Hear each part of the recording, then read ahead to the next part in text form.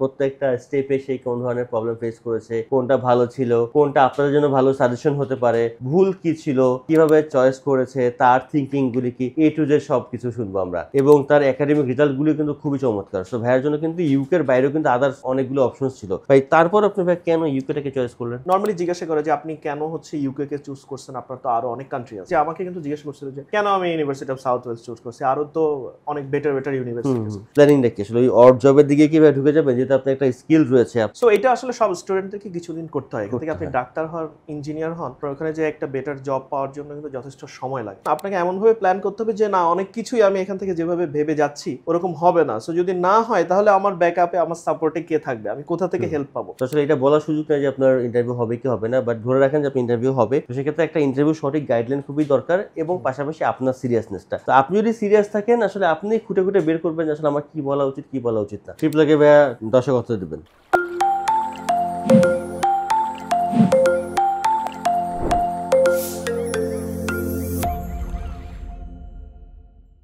Hello dreamers, আসসালামু আলাইকুম। নতুন কোনো ভিডিও নিয়ে আসা মানে নতুন কোনো সাকসেস স্টোরি অথবা নতুন কোনো ইনফরমেশন। সো আপনারা রিসেন্টলি আমাদের নিউজিল্যান্ড ভিসা দেখেছেন, এবং ইউকের অনেকগুলি ভিসার অ্যানাউন্সমেন্ট আমরা কিন্তু আমাদের ফেসবুক পেজে দিয়েছি। তো আসলে সবাই অনেক বেশি ব্যস্ত থাকে ভিসা হয়ে যাওয়ার পর, আসলে অনেক কাজ থাকে আর কি, সে কারণে আসলে সবাই সাথে সাথে আসলে পডকাস্ট ভিডিও দেওয়াটা একটু ডিফিকাল্ট হয়ে যায়, বাট আমরা কিন্তু আস্তে আস্তে করে দিচ্ছি। সো আমার খুবই পছন্দের একজন মানুষ, আসলে অনেক স্টুডেন্টের সাথে আমাদের কাজ করা হয়, বাট আসলে সবার সাথে আসলে ওরকম রিলেশন হওয়ার সুযোগটা হয়ে ওঠে না, বা ওই টাইমিংটা পাওয়া যায় না। বাট আজকের যে আমাদের গেস্ট, আমাদের যে সাকসেস স্টোরি যাকে নিয়ে, মামুন ভাই, কংগ্রেচুলেশন মামুন ভাই। Thank you. তো মামুন ভাইয়ের সাথে আসলে আমাদের অনেক দিন ধরে আসলে মামুন ভাইয়ের সাথে আমাদের কথাবার্তা হচ্ছে, এবং কথাবার্তা হতে হতে একসময় আসলে আমরা পুরো ভাই ব্রাদার হয়ে গেছে। আসলে আমরা আমাদের ট্রিপলা থেকে আসলে সব স্টুডেন্টের সাথে আসলে আমরা খুব ক্লোজলি মেশার চেষ্টা করি, তারাও আমাদেরকে অনেক বেশি আপন মনে করে, আসলে ওই কমফোর্ট জোনটা তৈরি হয়ে যায়। এবং মামুন ভাইয়ের সাথে আসলে এই কমফোর্ট জোনটা অনেক বেশি ছিল। সো মামুন ভাইয়ের সাথে আসলে আমাদের কাজ করতে অনেক ভালো লেগেছে, এবং মামুন ভাই রিসেন্টলি ইউকে স্টুডেন্ট ভিসা পেয়েছে। তার গল্পটা শুনবো, তার স্টোরি শুনবো, তার প্রত্যেকটা স্টেপে সে কোন ধরনের প্রবলেম ফেস করেছে, কোনটা ভালো ছিল, কোনটা আপনাদের জন্য ভালো সাজেশন হতে পারে, ভুল কি ছিল, কিভাবে চয়েস করেছে, তার থিঙ্কিংগুলি কি, এ টু জেড সব কিছু শুনবো আমরা। সো আপনারা যারা আমাদের চ্যানেলটা রেগুলার দেখছেন, থ্যাংক ইউ সো মাচ আমাদেরকে সাপোর্ট করার জন্য। যারা চ্যানেলটা এখনো সাবস্ক্রাইব করেনি, প্লিজ একটু সাবস্ক্রাইব করে দিবেন। মামুন ভাই, কেমন লাগতেছে ভাই? এই তো ভালো আছি। ভালো লাগতেছে অনেক, ভিসাটা পাওয়ার পরে আর কি। অনেক টেনশনে ছিলাম, যেহেতু আমার বেশ লম্বা একটা স্টাডি গ্যাপ আছে। সো এই জন্য ভিসাটা পাবো কি পাবো না এটা নিয়ে, বিশেষ করে ইন্টারভিউ দেওয়ার পর থেকে তো টেনশন আরও বেশি ছিল। তো আলহামদুলিল্লাহ মোটামুটি 5 দিনের মাথায় আমি মেইল পাই যে না, ভিসা গ্রান্টেড হয়েছে। সো আলহামদুলিল্লাহ, থ্যাঙ্কস টু ট্রিপলয় and the entire team and you of course. Thank you so much ভাই। ভাই কেউ শুরু থেকে আসি ভাই, আপনার school, college, varsity, then professional career, হুট করে ইউকে যাওয়ার প্ল্যানিং। সো এই জিনিসগুলি বা কীভাবে আসতো? ইউকেতে যাওয়ার স্বপ্ন কিন্তু অনেক স্টুডেন্টের রয়েছে, কিন্তু এই স্বপ্ন ভাঙতে পারে যদি আপনি আপনার সঠিক প্রিক্যাস ইন্টারভিউ এবং ইউকিউবের ইন্টারভিউ সঠিক গাইডলাইন না পান। ইউকেতে যারা ভিসা পাচ্ছে, আপনি যদি তাদের সাথে কথা বলে দেখেন, তাদের কিন্তু মূল মন্ত্র বা মূল রহস্য এটাই, তারা সঠিক প্রিপারেশন নিয়েছে ইউকিউবে ইন্টারভিউ এবং প্রিকেস ইন্টারভিউ। ট্রিপলয় থেকে যারা প্রিকেস ইন্টারভিউ এবং ইউকিউবে ইন্টারভিউর প্রিপারেশন নিচ্ছেন, তাদের কিন্তু সফলতার হার অনেক বেশি, এবং আমাদের মাধ্যমে যারা ফাইল প্রসেস করছে তারা কিন্তু এই সার্ভিসটি ফ্রিতেই পাচ্ছে। কিন্তু বর্তমানে প্রিকেস ইন্টারভিউ এবং ইউকিউবে ইন্টারভিউ গাইডলাইনের চাহিদা ট্রিপলয়ের কাছ থেকে অনেক বেশি। আমরা একটা এই সার্ভিস চালু করছি, যে স্পেশাল প্রিকেস ইন্টারভিউ এবং ইউকিউবে ইন্টারভিউর জন্য একটি ক্র্যাশ কোর্স। যে ক্র্যাশ কোর্সের মাধ্যমে আপনারা 1-to-1 ইন্টারভিউ প্রিপারেশন পাচ্ছেন, আপনাদের কোশ্চেন আনসার রেডি করার সাপোর্ট পাচ্ছেন, এবং আনলিমিটেড মক টেস্ট দেওয়ার সাপোর্ট পাচ্ছেন। তো আমরা চাই যে প্রত্যেকটা স্টুডেন্ট সঠিক প্রিপারেশন নিয়ে ইউকিউবে ইন্টারভিউ ফেস করুক, এবং তারা ভিসাটা নিশ্চিত করুক। যদি আপনি মনে করেন যে আপনার প্রিকেস ইন্টারভিউ এবং ইউকিউবে ইন্টারভিউর প্রিপারেশনের সাপোর্ট লাগবে, আপনারা কিন্তু ট্রিপলয় টিমের সাথে যোগাযোগ করতে পারেন, ট্রিপলয় হটলাইনে যোগাযোগ করতে পারেন, অথবা ট্রিপলয়ের ফেসবুক পেজে নক দিয়ে কিন্তু আমাদের কাউন্সিলের সাথে যোগাযোগ করতে পারেন। আসলে সাকসেস স্টোরি তো আসলে ট্রিপলয় মানেই তো সাকসেস স্টোরি, সাকসেস তো আমরা পাচ্ছি। বাট থাকে না যে আসলে যেহেতু আপনার একটা স্টাডি গ্যাপ ছিল, আপনারা প্রফেশনাল ক্যারিয়ার বাংলাদেশে কন্টিনিউ করেছেন, দেন হঠাৎ করে আবার দেশের বাইরে যাওয়া, মানে এইটা কারণটা কি? মানে কি থিঙ্কিং করলেন? দেশকে আরো ভালো লাগতেছে না কিসের জন্য, বা দেশকে সহ্য করতে পারতেছে না কিসের জন্য, বা কাহিনীটা কি ভাই যদি একটু বলতেন? না, ওরকম কোনো ইয়ে নেই যে দেশকে সহ্য করতে পারতেছি না বা ওরকম কিছু না। আমার দেশের বাইরে যাওয়ার ইচ্ছা অনেক আগে থেকেই ছিল। একদম আমি যদি বলি যে ইউনিভার্সিটি লাইফে যখন ছিলাম, আমি পড়াশোনা করছি রাজশাহী ইউনিভার্সিটিতে, ইংলিশ ডিপার্টমেন্টে ব্যাচেলর করেছি ইংলিশে। সো ওই সময় থাকতেই আমার বাইরে যাওয়ার একটা চিন্তা ছিল, কিন্তু আসলে সবসময় তো দেখা যায় চিন্তা থাকে, কিন্তু বাইরে যাওয়ার জন্য তো আদার্স আরও অনেক কিছুই দরকার হয়, ফিনান্সিয়াল সাপোর্ট থেকে শুরু করে আপনার বাইরে যাওয়ার জন্য টোটাল আন্ডারস্ট্যান্ডিং যে যেই হুট করে কোন পরিস্থিতির মধ্যে পড়বেন। সো টু বি অনেস্ট, আমিও তো খুব মধ্যবিত্ত একটা ফ্যামিলি বিলং করি, সো আমার পক্ষে ওই সময় পসিবল ছিল না সব কিছু কনসিডার করে যাওয়ার। সো আমি মোটামুটি যখন ব্যাচেলার শেষ করি, ব্যাচেলার শেষ করার পরে তারপর আমি চাকরিতে ঢুকে যাই। 2016 থেকে আমি জবে ঢুকি। বাংলাদেশের খুব ভালো একটা মানে টপ একটা ইংলিশ ডেইলিতে আমি কাজ করি বেশ অনেক দিন। এছাড়া আরও দুটো কোম্পানিতে কাজ করি। যদি প্রবলেম হলে পরে ভাই আপনার নাম, আপনার কোম্পানিগুলির নাম বলতে পারেন যদি প্রবলেম থাকে। আমি কাজ করেছি ডেইলি স্টারে, তারপর ওয়াটারমার্ক এমসিএল নামে একটা কোম্পানিতে কাজ করেছি, আর ফাইনালি আমি এইচআর সিনিয়র এক্সিকিউটিভ হিসেবে আর্ডেন টেকনো প্রাইভেট লিমিটেড নামে একটা কোম্পানির সাথে ছিলাম। এছাড়াও আমি medium.com নামে একটা প্ল্যাটফর্মে বুস্ট নমিনেটর হিসেবে কাজ করেছি আর কি। সো মোটামুটি আমি 2016 থেকে এখন পর্যন্ত প্রফেশনাল ক্যারিয়ারের মধ্যেই ছিলাম।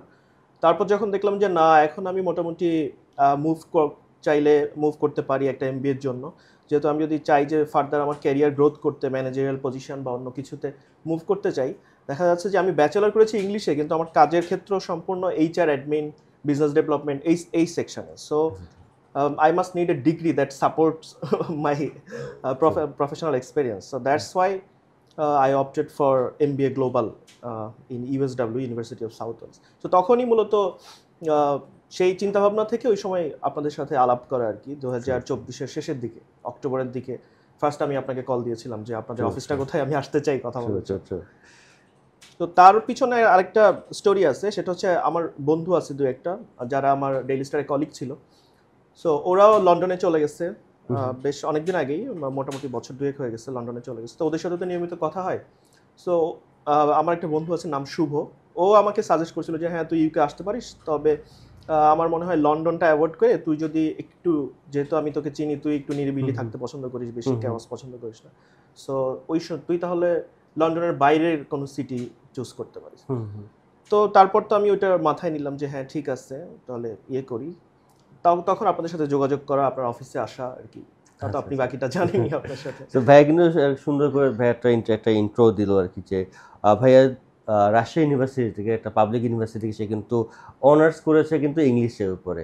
দেন তার আসলে তার যে প্রফেশনাল ক্যারিয়ার, সেই প্রফেশনাল ক্যারিয়ারের সাথে সে নিজেকে অ্যাডজাস্ট করে সে কিন্তু অ্যাপ্লাই করেছে ফার্দার মাস্টার্সের জন্য, কিন্তু সে এমবিএতে চুজ করেছে এবং ইউনিভার্সিটি অফ সাউথ ওয়েলসে।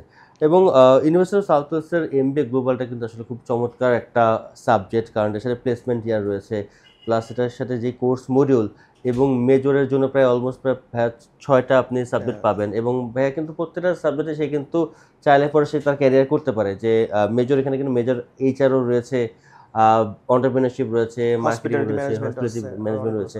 তো চাইলে পরে আপনি অন্যান্য জায়গাতেও কিন্তু আপনি, যেহেতু এটা এমবিএ ডিগ্রি, সো এখানে যদি মেজর যদি আসলে পার্টিকুলার ডিফারেন্ট ইন্ডাস্ট্রি হয়, সেক্ষেত্রে কিন্তু আপনার অপশনস বেড়ে যায়।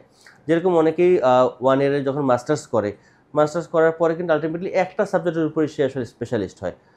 হয়তোবা একটা সময় হয় কি যে আসলে আমি একটা নতুন একটা ইউনিভার্সিটিতে গিয়েছি, নতুন একটা এনভায়রনমেন্টে গিয়েছি, যাওয়ার পরে আসলে আমার পড়াশোনা করার পর হয়তো আমার ইন্টারেস্টটা অনেক সময় চেঞ্জ হয়ে যায়, যে আমি সাপোজ বিজনেস অ্যান্ড ম্যানেজমেন্টে পড়তে গিয়েছি, বাট পরে মনে হচ্ছে আসলে আমি এই সাবজেক্টে না পড়ে যদি অন্য সাবজেক্ট পড়তাম আমার মনে হয় এটা ভালো হতো। সো এখানে পড়াশোনা চলাকালীন অবস্থায় আপনি কিন্তু লাস্টে এসে কিন্তু চাইলে পর আপনার মেজর নেওয়ার সময় আপনি কিন্তু আপনার মেজরের সাবজেক্ট আপনি চয়েস করতে পারেন। দেন বাংলাদেশে একটা ভালো একটা ক্যারিয়ার ছিল, সো সে যেহেতু বাংলাদেশের লিডিং একটা ইংলিশ ডেইলির সে ভালো একটা পজিশনে জব করেছে, সেখান থেকে কিন্তু তার আর্নিং থেকে শুরু করে সব কিছুই তার ভালো ছিল। বাট সবাই তো চায় যে আসলে একটা পজিশনে আসার পর সে একটু বেটার রিকগনিশন পাওয়া বা বেটার একটা নিজেকে স্কিল ডেভেলপ করা। সো সেই কারণে কিন্তু ভাই আলটিমেটলি ইউকেটাকে চয়েস করেছে।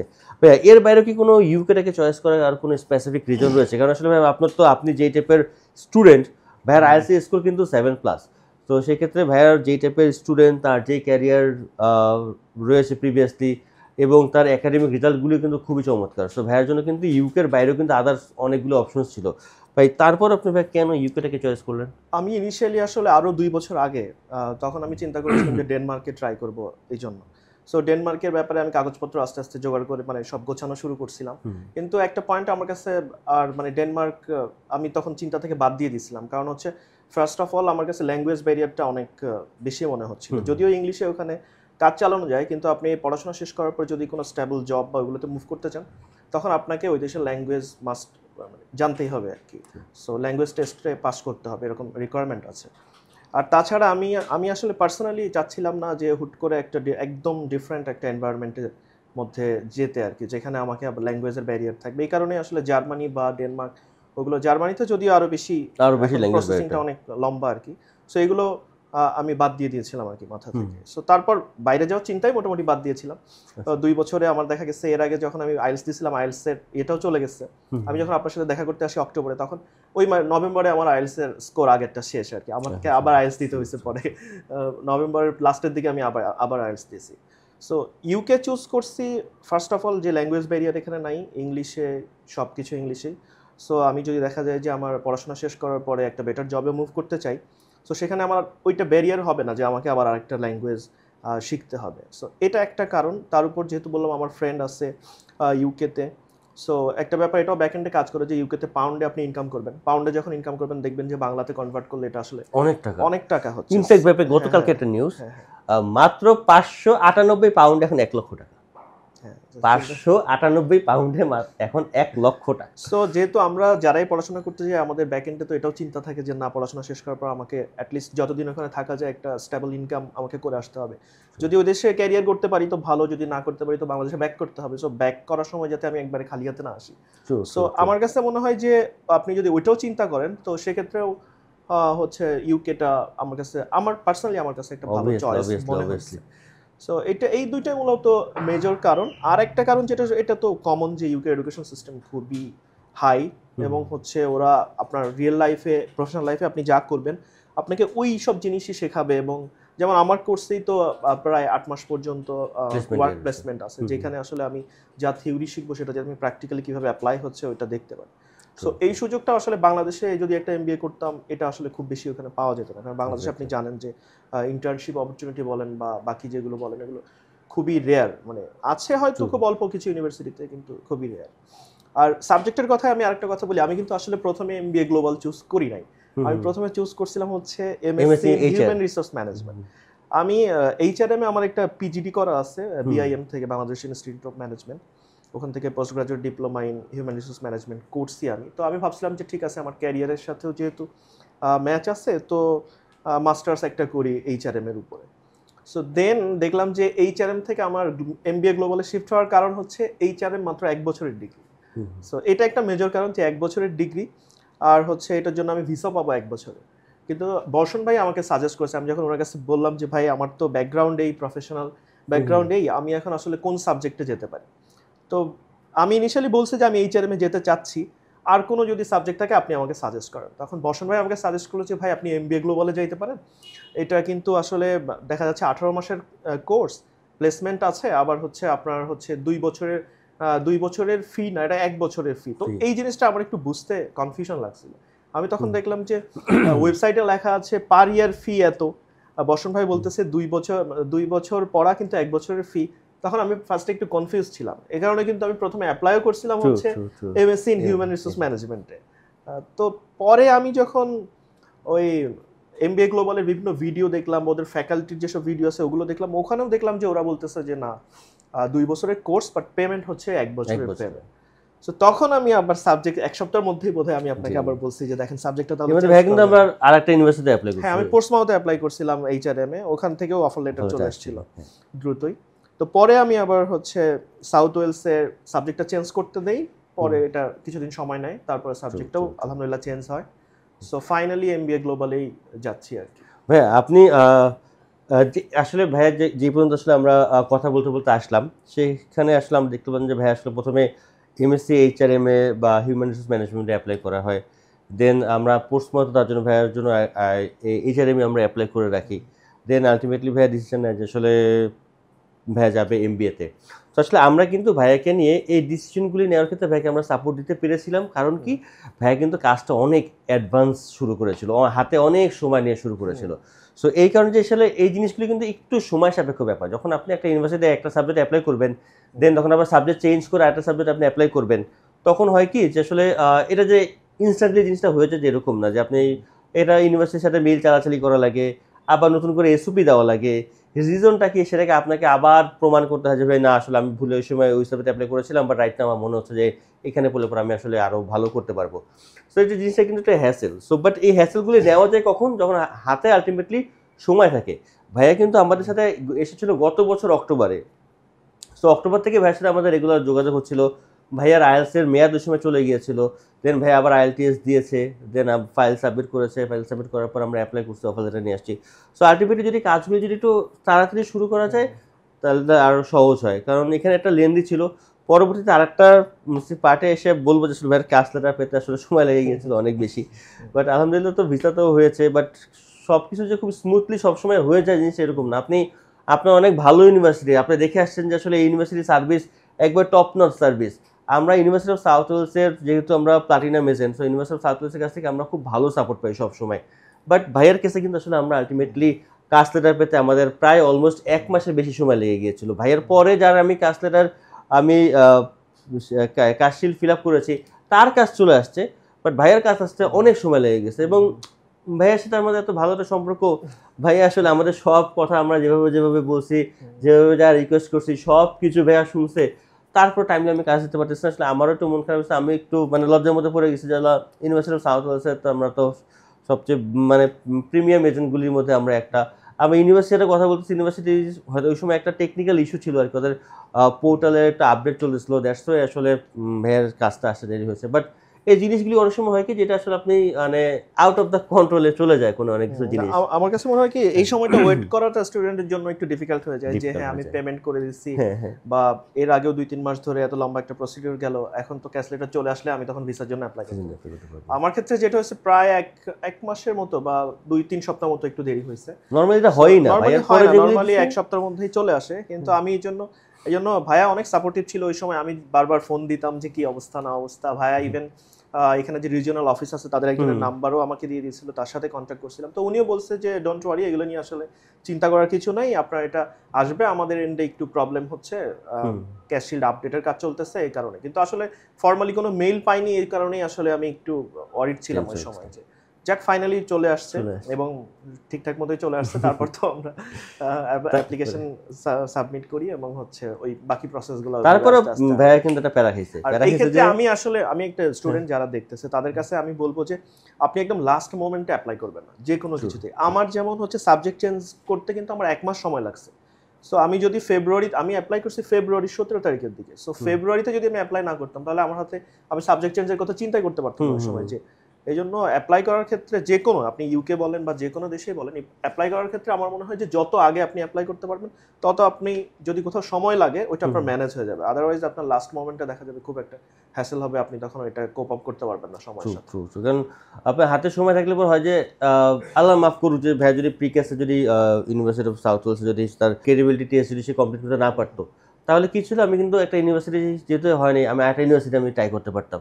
তো এই ধরনের প্রবলেম কিন্তু হয়। অনেক স্টুডেন্ট আছে যে তারা প্রিক্যাস ইন্টারভিউ সুন্দর করে কমপ্লিট করতে পারে না, রেজাল্ট আসে না। বা না, আমার কাছে মনে হয় যে ট্রিপলয়ের মাধ্যমে যারা অ্যাপ্লাই করবে তাদের প্রিক্যাস নিয়ে খুব একটা প্রবলেম হওয়ার সুযোগ নাই। কারণ হচ্ছে আমার যখন সাবজেক্ট চেঞ্জ দিছি, সাবজেক্ট চেঞ্জে এমবিএ গ্লোবালের অফার লেটারও আমি পাইনি। তার আগেই কিন্তু সাদি ভাই, আপনি আমাকে অ্যাড করে দিচ্ছেন, যে সাদি ভাইয়ের সাথে অ্যাড করে দিচ্ছেন। সাদি ভাই, শিবগত ভাই, ওনারা হচ্ছে ওনাদের একটা গ্রুপ আছে ওখানে, প্রিক্যাস ইন্টারভিউ মানে সব জয়েন্টলি সবার সাথে মানে একটা খুব সুন্দর একটা এক্সচেঞ্জও হয়। আবার সবার সামনে পাবলিক স্পিকিং এর যে ফিয়ারটা আছে, বিশেষ করে আমি তো খুবই ক্যামেরা শাই পারসন, ক্যামেরার সামনে কথা বলা আমার জন্য খুব ডিফিকাল্ট। কিন্তু তারপরেও দেখা গেছে যে সাদি ভাইয়ের গাইডেন্স এবং অনেক আগে থেকে এই প্রসেসটা শুরু করা, দেখা গেছে আমার হচ্ছে এমবিএ গ্লোবালের অফার লেটার আমার হাতে আসে নাই, অথচ তার আগে থেকে কিন্তু আমি প্রিক্যাস ইন্টারভিউ প্রিপারেশন নিচ্ছি, ইউকেভিএ ইন্টারভিউ প্রিপারেশন নিচ্ছি।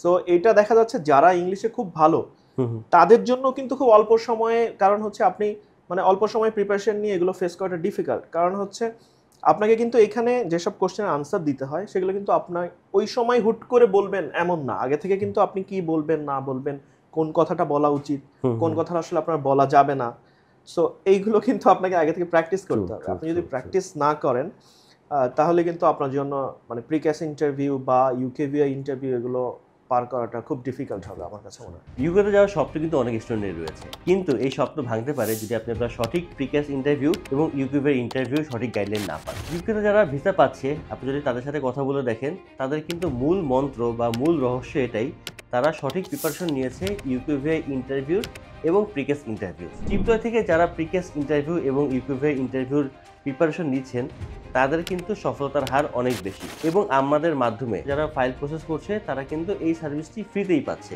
কিন্তু বর্তমানে প্রিকেস ইন্টারভিউ এবং ইউকিউভিআই ইন্টারভিউ গাইডলাইনের চাহিদা ট্রিপলয়ের কাছ থেকে অনেক বেশি। আমরা একটা এই সার্ভিস চালু করছি যে স্পেশাল প্রিকেস ইন্টারভিউ এবং ইউকিউভিআই ইন্টারভিউর জন্য একটি ক্র্যাশ কোর্স, যে ক্র্যাশ কোর্সের মাধ্যমে আপনারা 1-to-1 ইন্টারভিউর প্রিপারেশন পাচ্ছেন, আপনাদের কোশ্চেন আনসার রেডি করার সাপোর্ট পাচ্ছেন এবং আনলিমিটেড মক টেস্ট দেওয়ার সাপোর্ট পাচ্ছেন। তো আমরা চাই যে প্রত্যেকটা স্টুডেন্ট সঠিক প্রিপারেশন নিয়ে ইউকিউভিআই ইন্টারভিউ ফেস করুক এবং তারা ভিসাটা নিশ্চিত করুক। যদি আপনি মনে করেন যে আপনার প্রিকেস ইন্টারভিউ এবং ইউকিউভিআই ইন্টারভিউর প্রিপারেশনের সাপোর্ট লাগবে, আপনারা কিন্তু ট্রিপলয় টিমের সাথে যোগাযোগ করতে পারেন, ট্রিপলয় হটলাইনে যোগাযোগ করতে পারেন, অথবা ট্রিপলয়ের ফেসবুক পেজে নক দিয়ে কিন্তু আমাদের কাউন্সিলের সাথে যোগাযোগ করতে পারেন। আমি এখানে আরেকটা জিনিস শেয়ার করি। আমার একটা ছোট ভাই আছে ওদিকে এলাকায় আর কি, খেলাধুলা করি আমরা একসাথে, ক্রিকেট খেলি। তো আমি কিছুদিন আগে জানতে পারি যে ও হচ্ছে একটা আমি বলবো বেশ বড় একটা ইউনিভার্সিটি, বড় একটা এজেন্সি আর কি, ওদের মাধ্যমে বাংলাদেশের টপ এজেন্সি ব্যাচেলারের জন্য অ্যাপ্লাই করতেছে। বাংলাদেশের মোটামুটি টপ এজেন্সি, নাম বলছি না, নাম বললেই সবাই চিনবেন। কিন্তু তো আমি ওকে যখন জিজ্ঞেস করলাম তুমি তো অ্যাপ্লাই করেছো, টাকা ও ইভেন টাকাও দিয়ে দিছে, মানে ক্যাশের জন্য যে হাফ টিউশন ফি পেমেন্ট করে টাকাও দিয়ে দিছে। আমি বললাম কি তুমি কি প্রিপারেশন নিচ্ছ, তোমার তো ইউকিউভিআই ইন্টারভিউ কি হবে, প্রিকেস ইন্টারভিউ কি হবে? বলতেছে যে ভাই প্রিকেস ইন্টারভিউয়ের কথা তো আমাকে এখনো বলে নাই, এবং আমাকে তো কোনো কিছু ওইভাবে গাইডেন্সও দেয় নাই। আমি বলি এখন তো প্রিকেস ইন্টারভিউ মোটামুটি সবারই হচ্ছে, তুমি একটু তোমার কাউন্সিলর যে আছে তার সাথে কথা বলো। কারণ আমি আমার এক্সপিরিয়েন্সটা শেয়ার করছি যে আমি যখন ট্রিপলয়ের সাথে কাজ করছি, আমি তো একদম অফার লেটার হাতে পাওয়ার আগে থেকেই তো আমাদেরকে খুব মানে সব কোশ্চেন কীভাবে আনসার করব, সবার আনসার চেক করা, সবার সাথে মানে ইন্টারভিউ মক সেশন নেওয়া প্রায় প্রতিদিনই হয়েছে, সপ্তাহে দেখা যায় 3 দিন 4 দিন আমাদের এগুলো অ্যাটেন্ড করা লাগছে। তো বলতেছে যে না, আমাকে তো বলছে যে এটা হচ্ছে প্রিকেস ইন্টারভিউ হওয়ার চান্স নাই, হবে না।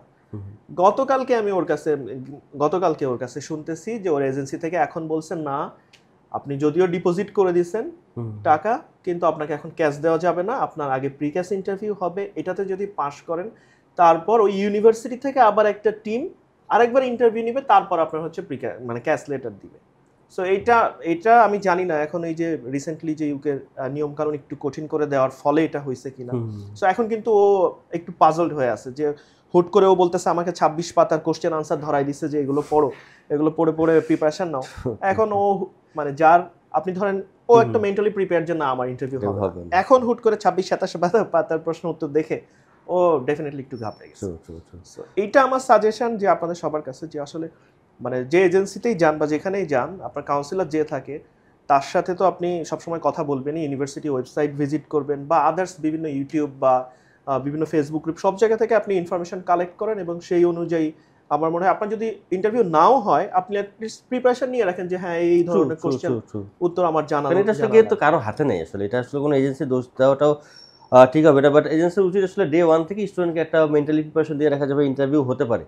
তো ইন্টারভিউ হবে না কারণ আমরা দেখে আসছি যে আসলে অ্যাস্টনে ইন্টারভিউ হচ্ছে না, বাট হলো গিয়ে যে হইতেও পারে ইউনিভার্সিটি অফ পোর্টসমাউথে গত ইনটেকগুলিতে সব সময় ইন্টারভিউ হয়েছে, এইবার আবার ইন্টারভিউ হয়নি।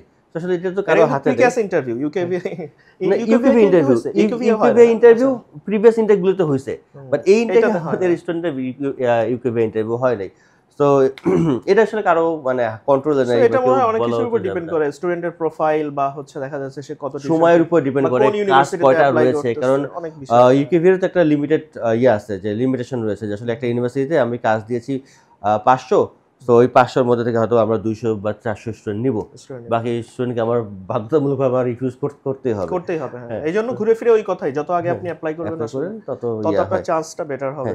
বাট আসলে আমাদের টিম থেকে আমরা একটু ইন্টারভিউর প্রতি, প্রিকেস ইন্টারভিউ প্লাস ইউকেভিআই ইন্টারভিউর প্রতি আমরা আসলে খুবই সিরিয়াস থাকি। এবার এই সিরিয়াসনেস থাকার পরেও আসলে স্টুডেন্টের ভিসা রিফিউজ হয়েছে আমাদের এই ইনটেকে।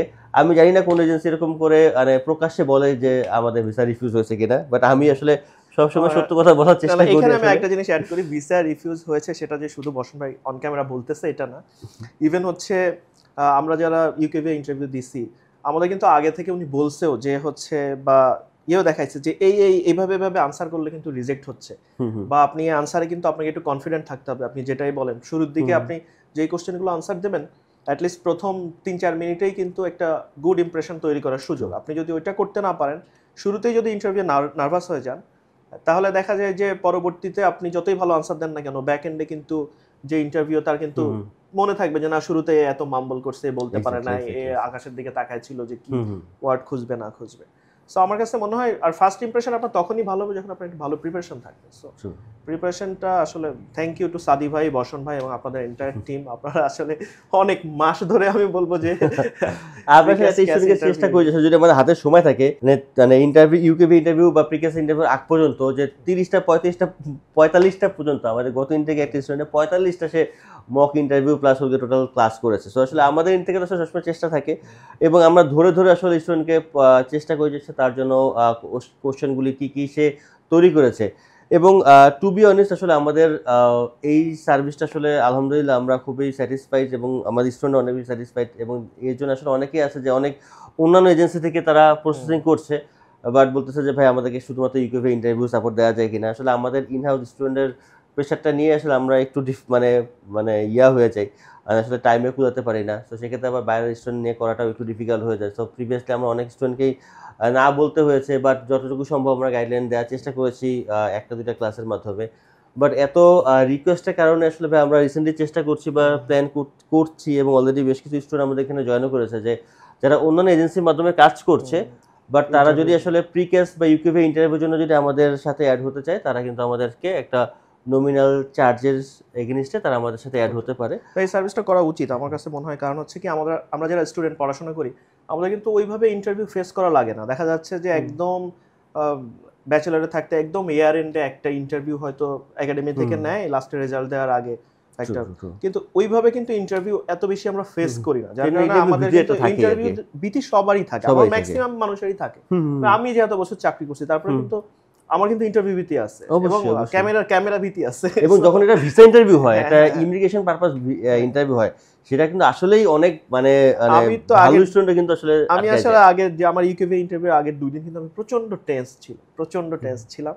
আমি পরে আবার নতুন করে যেসব কোশ্চেন আনসারগুলো রেডি করছি বা যেভাবে আনসার করবো ধরে রাখছি, ওগুলো আবার আমি সাদি ভাইকে পাঠাইছি। সাদি ভাই লাস্ট মোমেন্টেও কিন্তু 2-1 জায়গাতে কারেকশন দিছে, বলছে যে না, যেমন আমি একটা কোশ্চেনের কথাই বলি, যেমন হচ্ছে একটা কোশ্চেন নরমালি জিজ্ঞাসা করে যে আপনি কেন হচ্ছে ইউকে কে চুজ করছেন, আপনার তো আরো অনেক কান্ট্রি আছে, কান্ট্রি কম্পারিজন। হ্যাঁ, কান্ট্রি কম্পারিজনটা এটা একটা খুবই কমন কোশ্চেন, এটা হচ্ছে ম্যাক্সিমাম ক্ষেত্রে আস্ক করে। আমি একটা ভিডিও তৈরি করেছিলাম যে 6 নাম্বার পয়েন্টে ছিল এই কান্ট্রি কম্পারিজন, এটা খুবই ইম্পর্টেন্ট একটা কোশ্চেন। ভাই কিভাবে কোশ্চেন ওইটা একটু কমেন্ট সেকশনে শেয়ার করেন। আমি কিন্তু শুরুতে চিন্তা করছিলাম যে আমি তো আসলে অন্য 2-1টা কান্ট্রি দেখছি কিন্তু অত এক্সটেন্সিভলি দেখি নাই, তো আমি চিন্তা করছিলাম যে আমি এটা আনসার করব যে না, আমি আসলে অন্য কান্ট্রি ওইভাবে এক্সপ্লোর করি নাই, কারণ আমি শুরু থেকে ইউকে কেই প্রাধান্য দিছি, ইউকের এই সুবিধা এইগুলো আছে। পরে যখন সাদি ভাইকে আমি আনসারটা দেখালাম, সাদি ভাই তখন আমাকে বললো যে মাউন ভাই এইটা বলা যাবে না। আমি বললাম কিন্তু এইটা তাহলে তো আমাকে এখন আবার বাকি আরো ইউনিভার্সিটি খুঁজে একটা ক্রেডিবল সুন্দর আনসার তৈরি করতে হলো করেন, কিন্তু হচ্ছে আপনি যখনই বলবেন যে আমি ইউকে ছাড়া অন্য ইউনিভার্সিটি দেখি নাই অন্য কোন দেশের, তখনই তারা বলবে যে এটা তো হয় না। যে কোনো ইন্টারন্যাশনাল স্টুডেন্ট মানে যে পড়তে যাচ্ছে বাইরে, সে অবশ্যই অনেক কিছু এক্সপ্লোর করবে, তারপর হচ্ছে ইউকে চুজ করবে। তো আমি যেহেতু আমার বন্ধু বান্ধব ইউকেতে আসছে বা এটা আসছে, তো আমি তো শুরু থেকে ইউকে ফোকাস ছিলাম মোটামুটি। এই যে যেটার কথা বললাম এই সেশন, তখন আমি আবার ইউকে বাইরে যেসব কানাডার 2টা ইউনিভার্সিটি, তারপর অস্ট্রেলিয়া 2টা ইউনিভার্সিটি, ওদের এমবিএ গ্লোবাল কোর্স কেমন, সেখানে কারিকুলাম কেমন, ইউএস এর 2-3টা ইউনিভার্সিটি, ওদের কারিকুলাম কেমন, এগুলো সব কিছু আমি তখন আবার দেখা শুরু করে ওই রাত্রেই আমি সুন্দরভাবে আরেকটা আনসার তৈরি করে তখন আমি আবার সাদি ভাইকে পাঠাইছি, বললাম যে দেখেন সাদি ভাই, এই যে আমি আনসার তৈরি করছি এবং আমার কাছে মনে হচ্ছে যে আমি এই 2টার কম্পারিজন সুন্দরভাবে করতে পারছি, আপনি তো দেখেন কোনো সাজেশন থাকে। পরে উনি আবার ওটা দেখে দিয়েছে। সো এই যে মানে লাস্ট মোমেন্ট সাপোর্ট আমি আগের দিন, কারণ আমি বললাম আমি খুবই প্যানিক ছিলাম যে কি হবে, এত টাকা দিয়ে দিছি অলরেডি ইউনিভার্সিটিকে, এত লম্বা 3-4 মাস 5 মাসের একটা জার্নি, আমার যেহেতু সময় একটু বেশি লাগছে, সো ফাইনালি কি হবে। তো যাই হোক, যখন মানে ইন্টারভিউ আমার ঈদের আগের দিন 1:30টার সময় ইন্টারভিউ ছিল, তো একজন ব্রিটিশ মহিলা ইন্টারভিউ নিচ্ছে আমার। সো মানে আমি ইন্টারভিউটা এত প্রিপারেশন ছিল বলে বোধহয় মনে হয় যে আমি ইন্টারভিউটা খুব কনফিডেন্টলি দিছি। আচ্ছা আচ্ছা এবং ইন্টারভিউ দেওয়ার পর আমি অ্যাটলিস্ট স্যাটিসফাইড হয়েছি। তখন আমি আপনাকে বলছিলাম যদি কতক্ষণ হলো ভাই আপনার ইন্টারভিউ? আমার ইন্টারভিউ হচ্ছে 20 থেকে 25 মিনিটের মতো। ওকে তার মধ্যে তো শুরুর 2-3 মিনিট ওই যে সারাউন্ডিং চেক করা বা এটা সেটাতেই চলে যায়। তো আমি ইন্টারভিউ দিয়ে আপনাকে ফোন দিছিলাম সাথে সাথে, ওই দিন শুক্রবার ছিল। আমি জুমার নামাজ হ্যাঁ পড়েছিলাম হ্যাঁ, ফোন দিয়ে আমি আপনাকে বলছি যে ভাই যদি আমার ভিসা নাও দেয় তাহলে কিন্তু আমি আবার আপিল করব, কারণ আমার কিন্তু ইন্টারভিউ ভালো হয়েছে। তো এটা একটা বিষয়। এই যে ভাইয়া যেটা বলছিল, ভাইয়া যে এক্সপিরিয়েন্সটা শেয়ার করলো, আসলে ভাইয়ার আইএলটিএস স্কোর কিন্তু 7+ এবং সে কিন্তু ইংলিশ ব্যাকগ্রাউন্ড থেকে পড়াশোনা করে আসছে, ইংলিশ অনার্স করে আসছে। বাট ইন্টারভিউ ভীতি আসলে আপনারা আইএলটিএসে 8 পান 9 পান সবারই থাকে আসলে, যে 5.5 পায় বা ওভারঅল 6 পায় তারও কিন্তু থাকে। তো আসলে এই ভীতিটাই আসলে দূর করে দেওয়া কিন্তু আসলে আমাদের কাজ, যে আসলে আপনাকে একটু কনফিডেন্ট করে দেওয়া।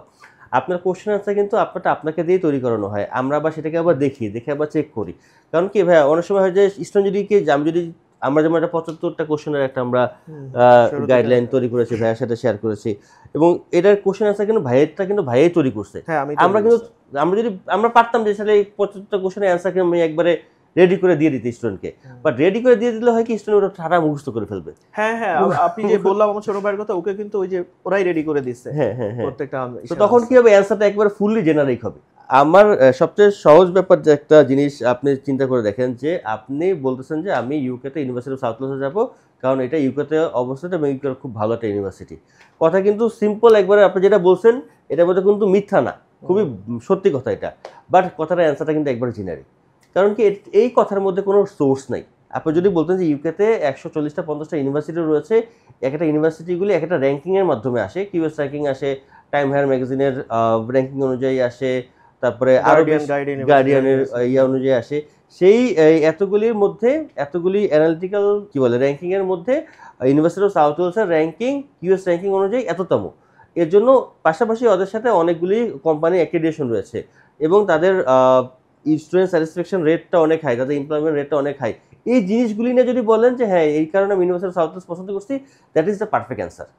যখন আসলে একটা গদবাদা আপনি কোশ্চেন অ্যান্সার মুখস্থ করে যখন আপনি বলেন, তখন আর কি জিনিসটা জেনারিক হয়ে যায়, এবং এই অ্যান্সারটা তো আসলে আপনি সহ আরো অনেকজন বলতেছে, সবাই বলতেছে। আর ওরা তো প্রতিদিন আসলে অনেক স্টুডেন্টকে ডিল করতেছে, ওরা তো জানে যে কোনটা জেনারিক অ্যান্সার আর কোনটা। আমি যেমন university of South Wales choose করছি, যে আমাকে কিন্তু জিজ্ঞেস করছিল যে কেন আমি university of South Wales choose করছি, আরো তো মানে অনেক বেটার ইউনিভার্সিটি। তো আমাকে কিন্তু ওইভাবে আনসার দিতে হয়েছে। আমার যেমন কোর্স মডিউলের মধ্যে পার্থক্য দেখাইছে, যেমন পোর্টসমাউথেই যে এমবিএ গ্লোবাল আছে, ওখানে যে কোর্স মডিউল আছে, তার চেয়ে হচ্ছে আমি ইউএসডব্লিউতে যে এমবিএ গ্লোবালের কোর্স মডিউল, ওইটা কিন্তু আমার সাথে আরো বেটার অ্যালাইন করে। তো আমাকে কোর্স মডিউল ধরে কিন্তু বলা লাগছে যে আমি যে এই কোর্স মডিউল এরকম, এটা এরকম, বা ওই জায়গায় কেন, আমি কেন লন্ডনে যাচ্ছি না। সো সবকিছুই কিন্তু দেখা যায় যে ম্যাক্সিমাম ক্ষেত্রে লন্ডনে তুমি কেন যাচ্ছ না, বাইরে যাচ্ছ, দেখা যায় আগেই বলে যে কস্ট কম, এটা এক্স্যাক্টলি এইটা কিন্তু বলা যাবে না, আর বললেও কিন্তু এমন লাস্টে এসে বলবেন, বা এটা না বলা গেলে বেটার। কারণ আপনি অন্য কিছু দেখেন, আপনি কস্টের কথা বললেই তো তখন ভাববে যে তোমার যেহেতু সামর্থ্য নাই তুমি কেন এখানে আসতে। এক্স্যাক্টলি অনেক এইসব বিষয়গুলো তো আসলে ট্রিপল আপনাদের টিম থেকে আমাকে বলছে আমাদের, যে আমি সো এই গাইডেন্সটা অনেক ভালো ছিল। অনেক কিছু দেখা যায় যে অনেক সত্য দেখা যাচ্ছে আপনি একদম সরাসরি এভাবে বলতে পারবেন না, অনেক সত্য আপনাকে একটু হাইড মানে মিথ্যা বলবেন না আপনি, কিন্তু কিছু সত্য আপনি একদম সরাসরি বলে ফেলবেন না, একটু ঘুরিয়ে বলতে হবে। এটা কারণ হচ্ছে তা না হলে তো আমরা সবাই তো জানি আমাদের দেশের ম্যাক্সিমাম স্টুডেন্ট কারা আসলে বাইরে যেতে, সবার তো ফ্যামিলি ব্যাকগ্রাউন্ড খুব ভালো থাকবে না। সো এই জন্য একটু ট্রিকি হওয়াতে দোষের কিছু নাই, কিন্তু মিথ্যা বলা যাবে না, বাট আপনার কিভাবে আনসার করতে হবে আর্টটা আপনাকে একটু জানতে হবে, এটা ছাড়া ওয়ে নাই আসলে। সো ভাই এখন ভাইয়ার তো আসলে আমি যতটুকু জানি ভাইয়ের সাথে, যেহেতু আমি অনেকদিন ধরে ভাইয়ের সাথে আমার পরিচয়, তো ভাই মানুষ হিসেবে কিন্তু ভাই খুবই একজন সফট মনের একজন মানুষ এবং খুবই হাম্বেল। তার সাথে কাজ করে আসলে আমরা যে এতটা আমাদের ভালো লাগছে, আমাদের সবগুলি ম্যাক্সিমাম স্টুডেন্টই আসলে আমাদের খুবই ভালো হয়ে থাকে, এবং আমরা একবারে ফ্যামিলি মেম্বারের সাথে মিশতে পারি। তো ভাইয়ার তো আসলে ভাইয়া 2টা পেট পালেন ভাইয়া, হ্যাঁ ওইগুলির কি হবে ভাইয়া যদি একটু বলতেন আর কি। আমার বাসায় এখন 3টা আছে, মানে আপনাকে তো বলছি যে আমার ছোট 2020-21 থেকে আমার বাসায় আছে হচ্ছে একটা নাম হচ্ছে মিনি, ওর বিড়ালটা হচ্ছে সাদার ভিতরে একটু ব্ল্যাকই আছে ঘাড়ের কাছে একটা, আর ওইটাই হচ্ছে মেইনলি আমরা মানে আমাদের বিড়াল বলা যায়। আর বাকি 2টা বিড়াল হচ্ছে আমার বোনের বাসা থেকে এসে আর আমাদের বাসা থেকে যাবে, আপনি একটা রেস্কিউ করেছিলেন। হ্যাঁ, আর একটা লাস্টের যেটা ওটা রেস্কিউ করা ছিল। টোটাল 3টা আর কি, মিনি, কিটি আর চেরি। তো আমার বাসায় মোটামুটি সবাই বিড়াল পছন্দ করে, সো আমি চলে গেলে সমস্যা হওয়ার কথা না।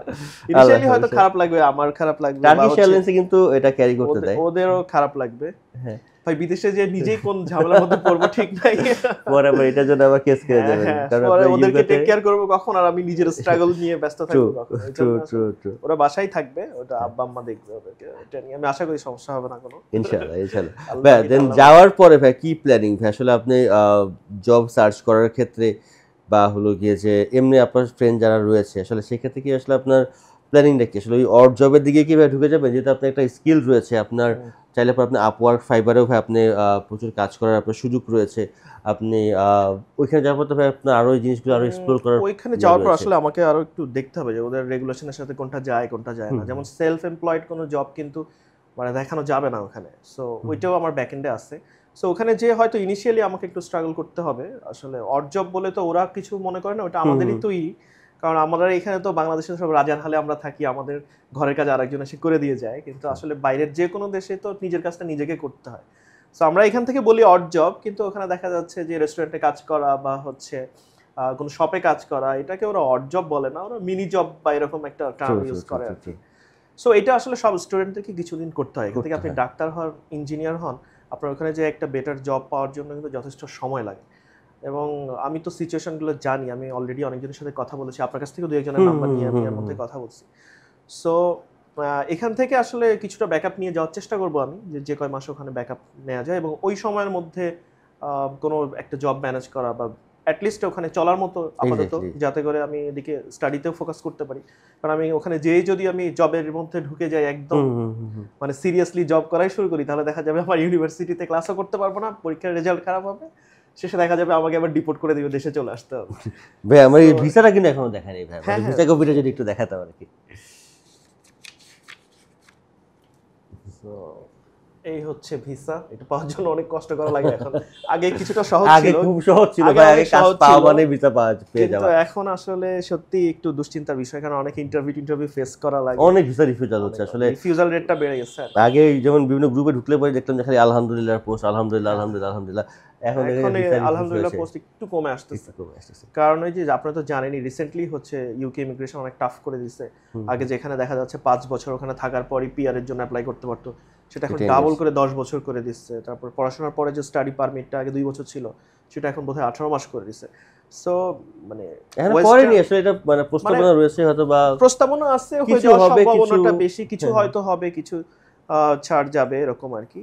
তবে ধরে রাখতে হবে আপনাকে যে এক্সট্রিমটা আসলে, আমি ঢাকা ইউনিভার্সিটি একটা ইসে ভর্তি হয়েছিলাম, MDS A, masters in development studies. ওটা যদিও আমি একটা সাবজেক্টে একটু ঝামেলা ছিল, ওইটা শেষ করি না, এই জন্য ওইটা আমি কোথাও বলি না। তারপরে এখন বলতেছি যে ওখানে আমাদের একটা টিচার ছিল, উনি আমাদেরকে সবসময় বলতো যে প্ল্যান যখন তোমরা করবা তখন তোমাদেরকে সবচেয়ে পেসিমিস্টিক প্ল্যান করতে হবে। মানে তোমাকে প্ল্যান করতে হবে এমনভাবে যে না, এভরিথিং উইল গো রং। যদি সেটা হয় তাহলে তুমি কিভাবে ইয়ে করবে। যদি এটা হয় না, দেখা যাচ্ছে যে ডেল কার্নেগির একটা কথা আছে না, যে 90% ফিয়ারি যেটা মানুষ মনে করে ওইটা কিন্তু আসলে বাস্তবে হয় না, এটা মনের মধ্যেই ভয় থাকে। কিন্তু আপনি যখন প্ল্যানিং করবেন, আর বিশেষত যখন আরেকটা দেশে যাওয়ার প্ল্যান করতেছেন, তখন আপনাকে এমনভাবে প্ল্যান করতে হবে যে না, অনেক কিছুই আমি এখান থেকে যেভাবে ভেবে যাচ্ছি ওরকম হবে না। সো যদি না হয় তাহলে আমার ব্যাকআপে, আমার সাপোর্টে কে থাকবে, আমি কোথা থেকে হেল্প পাবো। কারণ বাইরে কিন্তু আপনি একবারেই একা, ওখানে আপনাকে হেল্প করার মানুষ খুব কমই পাওয়া যাবে। এইটা আমি বলবো আর কি, যারাই মানে ভিসা পাচ্ছে বা যারাই যাচ্ছে, আমি তো কয়েকজনের সাথে কথা বলেছি। সো এই প্রেক্ষিতে আমার সাজেশন হলো এইটা, যে প্ল্যান করার সময় আপনারা একটু বুঝে শুনে প্ল্যান করেন।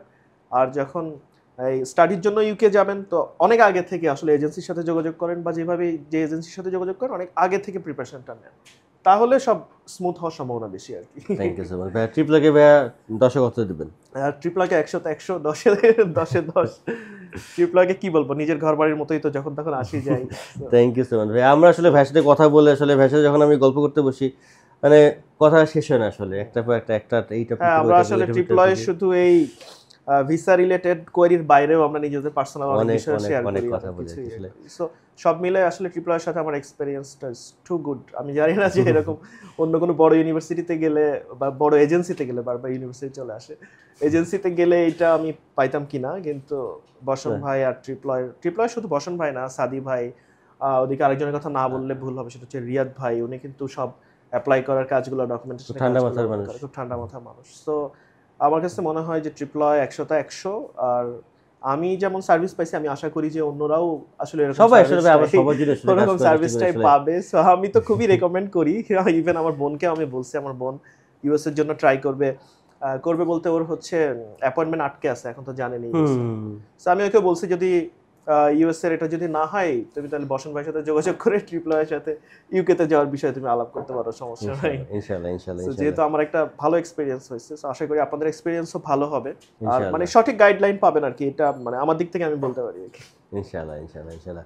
সো আসলে ভাইয়ের সাথে কথা বলতে আসলে ভিডিওটা অনেক প্রলং হয়ে গিয়েছে, বাট এত মানে হাম্বল একজন মানুষ যার সাথে আসলে কথা বলতেই ভালো লাগে আসলে।